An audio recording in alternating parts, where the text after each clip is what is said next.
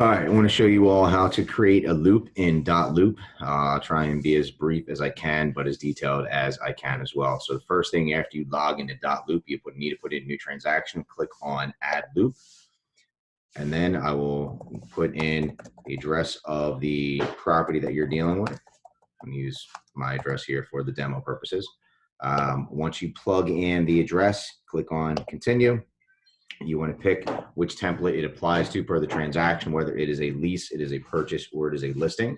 For this, we will do a listing template. Continue. You do not have to put in a photo of the property that you're dealing with. You can if you want, completely up to you. And then done. Now, this is going to create the loop. Once you get done creating the loop, you want to add as much data as possible into there.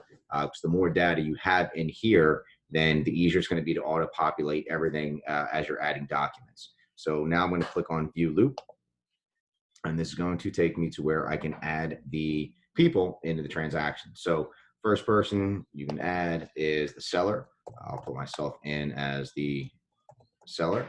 It recognizes my email address because I'm in the system already, but your sellers probably won't.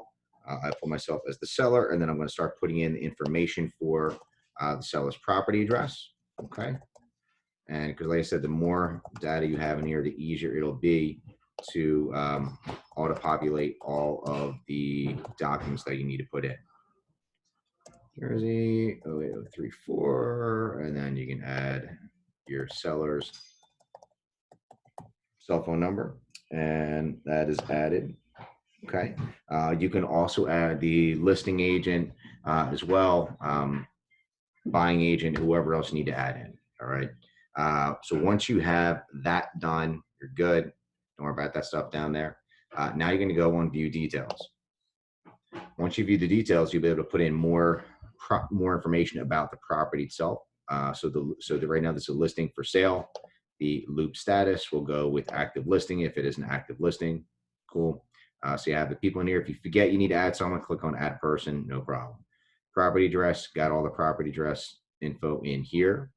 The financials, this is for when you actually have a contract for sale. Because once you have a contract for sale, an agreement done with the buyer, you need to get the contract done.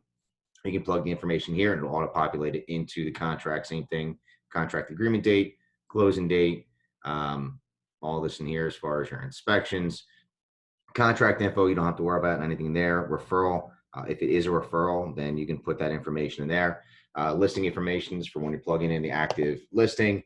Put in whatever expiration date that you're putting in there. I'm just putting something in for right now. Listing date, what is that, 429? I'm just putting that in there. The asking price, we'll put in the asking price 300,000. Numbers in there. If you have more information, fine. If not, not a big deal. Homeowner association, what the dues are, if there are any, what the property may include. If you're including washer, dryer, refrigerator, and something refrigerator and garage excluded. Okay, plug that in. All this stuff here for the geographic description. The only thing that I really put in here is the lot and the block number, and I put that in there because when you are prepping the contract, it'll auto-populate that in there. All right. And then any other info that you have in here. So year bill, 1978, bedrooms, you can put that in there if you want to. Square footage, fine.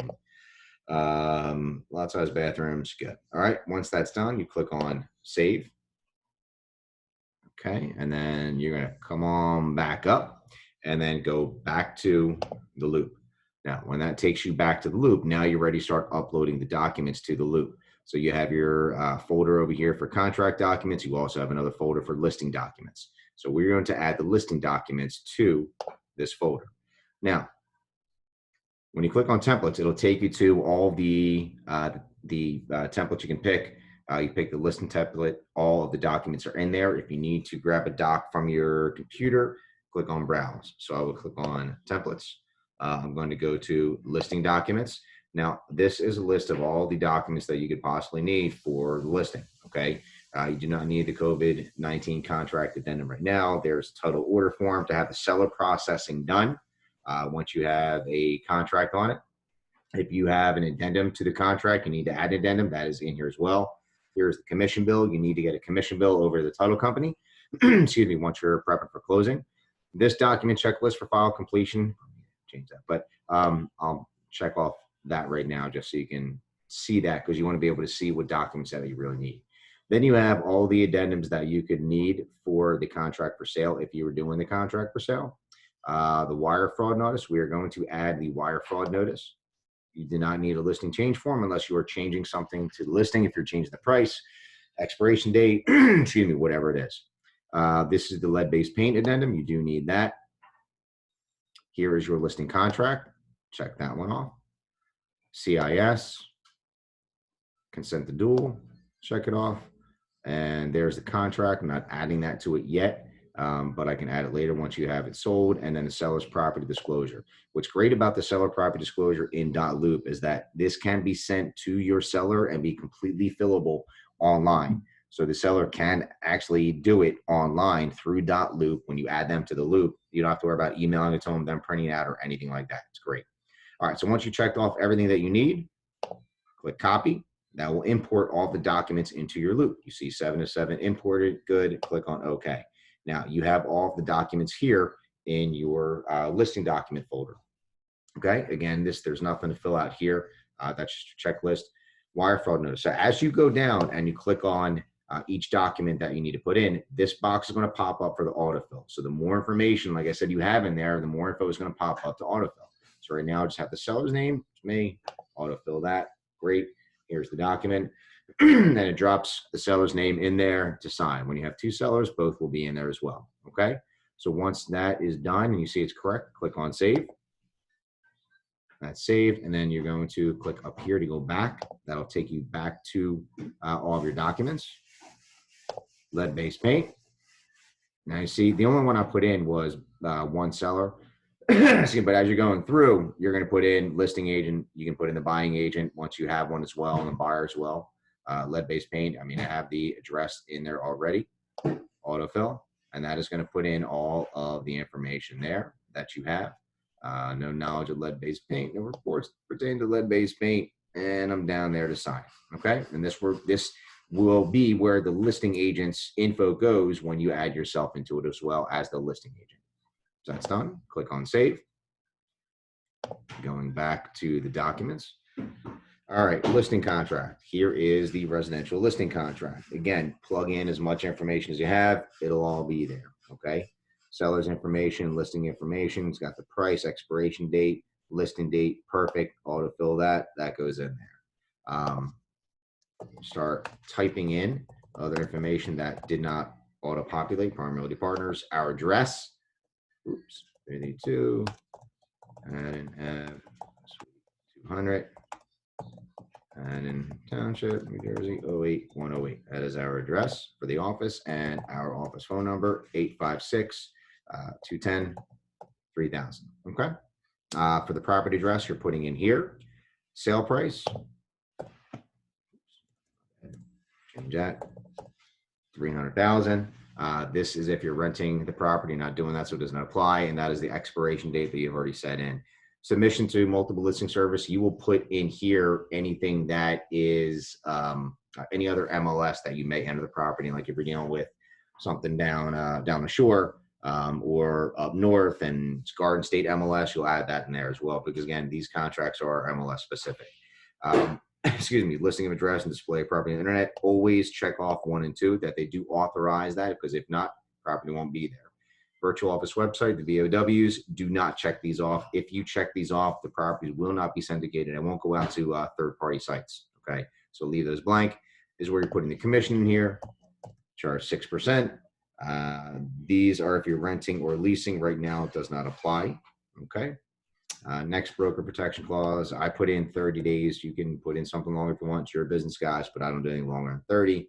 Real estate relationships. You're going to put the listing agent in there of primarily partners. Cool. And then it's going to be checking off that acting as a seller's agent and disclosed dual agent if the opportunity arises.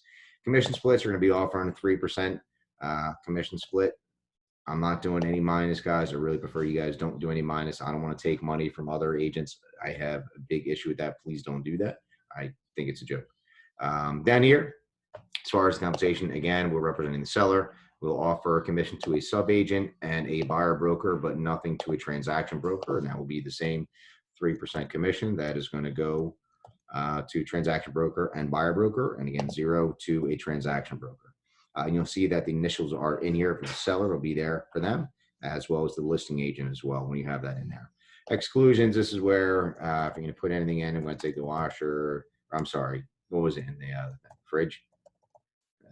Refrigerator in garage. Okay.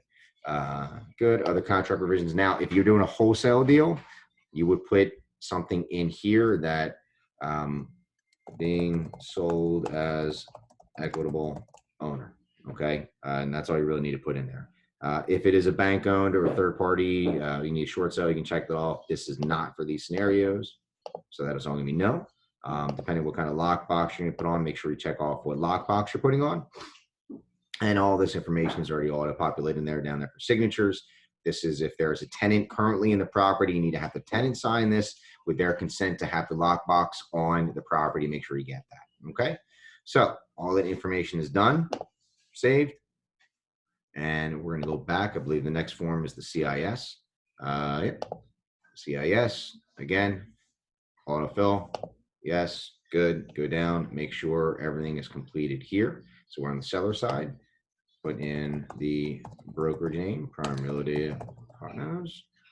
Okay, and then name as the agent, as the listing agent or buying agent, or that may be, as well as the brokerage.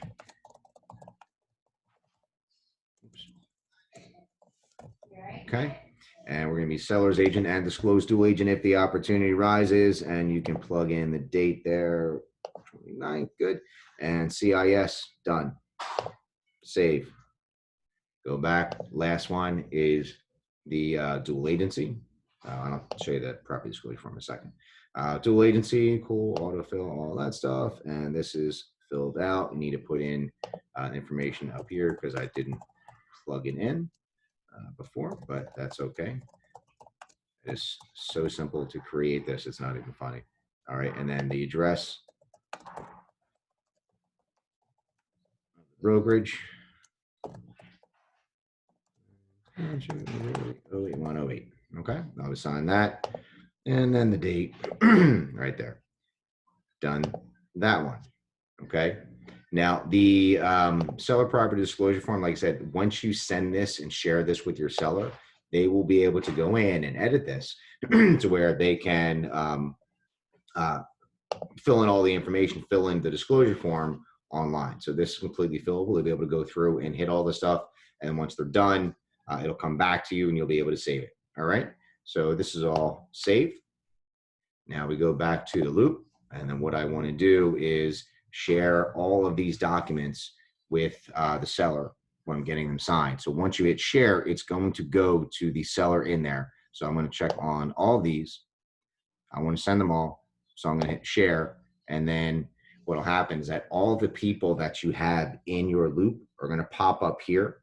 And then you will be able to check off who's going to get the documents. Okay. Now over here, if they need to edit some stuff, I mean, they can sign, they can only view it. If you don't want them to be able to change anything, if you want to send it to them, say, hey, this is a preview of it, this is what it's going to be, where they can fill in different information, sign it, and that's it. Now I'm not going to do this right now. So, but once it's done, you check everyone off, you hit share, and off it goes, and all done. And that is your loop. And when everything comes back, and when you share it, this will change to shared. We're waiting on signature. When it comes back signed, this will all be signed. Okay. So that is creating a loop. And as you're getting information, as you're getting documentation for the transaction, for the contract, that's where you want to come and put that in here. And that is home inspection.